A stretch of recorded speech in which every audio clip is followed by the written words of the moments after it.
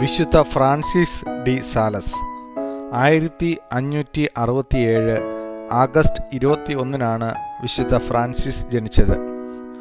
1593 വിശുദ്ധന് പുരോഹിത പട്ടം ലഭിച്ചു. 1594 മുതൽ 1598 വരെ ചാംബ്ലൈസിലെ പ്രൊട്ടസ്റ്റന്റ് വിഭാഗങ്ങൾക്കിടയിൽ സുവിശേഷം പ്രഘോഷിക്കുക എന്ന കഠിനവും അപകടകരവുമായ ദൗത്യത്തിനായി അദ്ദേഹം നിയോഗിക്കപ്പെട്ടു. വിശുദ്ധന്റെ ശ്രമഫലമായി ഏതാണ്ട് 70,000-ഓളം ആത്മാക്കളെ കത്തോലിക്ക വിശ്വാസത്തിലേക്ക് കൊണ്ടുവരുവാൻ വിശുദ്ധന് കഴിഞ്ഞു.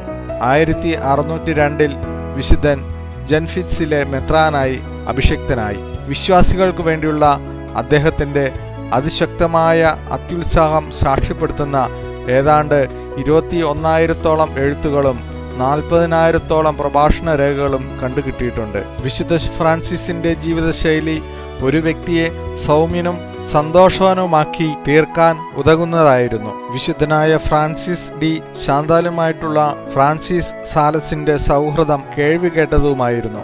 അദ്ദേഹം ഈ വിശുദ്ധയുടെ സഹകരണത്തോടെ 1610 വിൻസേഷ്യൻ സന്യാസിനിമാർ എന്ന സന്യാസിനി സഭയ്ക്ക് രൂപം നൽകി. തന്റെ രൂപതയോടുള്ള സ്നേഹം മൂലം വിശുദ്ധൻ നിരവധി ശ്രേഷ്ഠ പദവികൾ നിരസിച്ചു. കർദിനാൾ പദവിയും അതിൽ ഉൾപ്പെടുന്നു.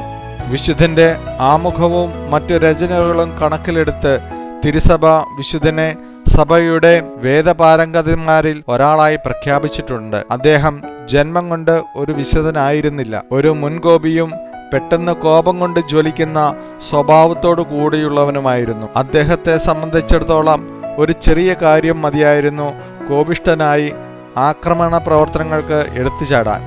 വളരെയേറെ വർഷങ്ങൾക്ക് ശേഷമാണ് വിശുദ്ധന് തൻ്റെ അക്ഷമയ്ക്കും അകാരണമായ കോപത്തിനു മേൽ കടിഞ്ഞാണിട്ടത്. മെത്രാനായിരുന്നപ്പോൾ പോലും ചില സമയങ്ങളിൽ, ഉദാഹരണത്തിന് അദ്ദേഹത്തിൻ്റെ പ്രഭാഷണം തീരുന്നതിന് മുമ്പ് ആരെങ്കിലും ബെല്ലടിച്ചാൽ വിശുദ്ധൻ തൻ്റെ ആത്മനിയന്ത്രണം കൈവിടുമായിരുന്നു.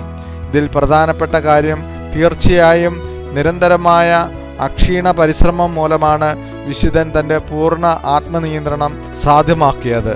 അദ്ദേഹത്തിൻ്റെ ആത്മനിയന്ത്രണ കഴിവിനെ നിരവധി ദൈവശാസ്ത്ര പണ്ഡിതർ വർണ്ണിക്കുന്നത് കാണാൻ സാധിക്കും.